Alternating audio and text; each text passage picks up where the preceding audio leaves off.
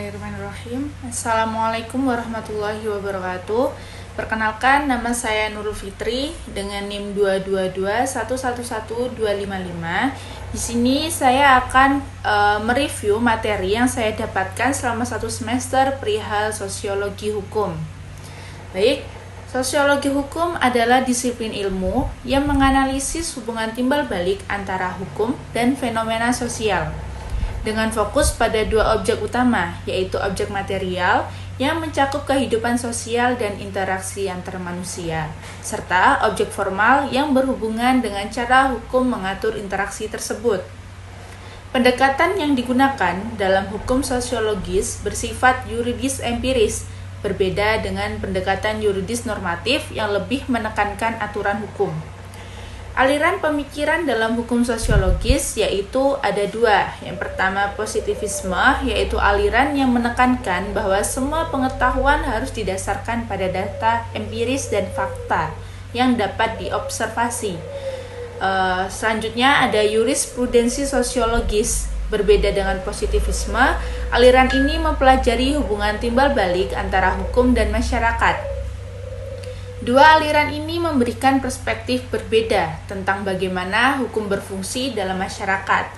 Konsep living law juga penting dalam konteks Indonesia. Living law atau hukum yang hidup merupakan konsep yang sangat relevan dalam sistem hukum Indonesia, terutama dalam konteks hukum adat yang beroperasi paralel dengan hukum formal.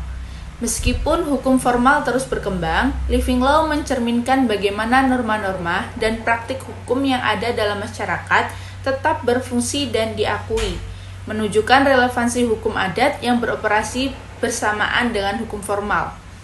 Selanjutnya ada pemikiran Emil Durkheim dan Ibnu Khaldun tentang 3 tingkatan masyarakat yang menambah dimensi sosial. 3 tingkatan itu antara lain yaitu yang pertama, ada masyarakat primitif, di mana masyarakat ini belum mengenal peradaban dan hidup berpindah-pindah, bergantung pada sumber daya alamnya.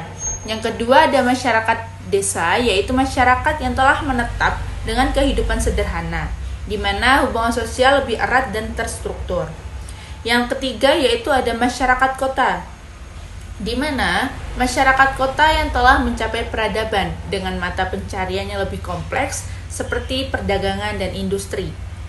Sementara faktor-faktor seperti kaidah hukum, profesionalisme penegak hukum, sarana prasarana, dan kesadaran hukum masyarakat mempengaruhi efektivitas hukum. Di mana yang pertama yaitu kaidah hukum, di mana kaidah hukum ini harus memenuhi rasa keadilan agar diterima oleh masyarakat. Yang kedua ada penegak hukum, di mana profesionalisme dan integritas penegak hukum sangat penting untuk keberhasilan penerapan hukum. Yang ketiga ada sarana dan prasarana, di mana infrastruktur yang memadai diperlukan untuk mendukung penegakan hukum. Yang keempat adanya kesadaran hukum masyarakat, di mana tingkat pendidikan dan pemahaman masyarakat tentang hukum mempengaruhi terhadap kepatuhan terhadap hukum. Dari tadi saya sudah menjelaskan perihal sosiologi hukum, dari interaksinya, dari aliran-aliran, dan juga menurut pemikiran-pemikiran para tokoh.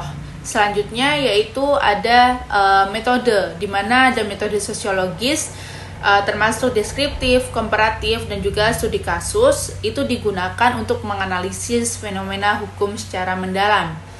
Secara keseluruhan, pemahaman yang mendalam tentang hukum sosiologis dapat membantu dalam mencapai keadilan sosial dan kesejahteraan masyarakat. Baik, mungkin itu yang bisa saya review atau yang saya sampaikan perihal materi-materi yang saya dapatkan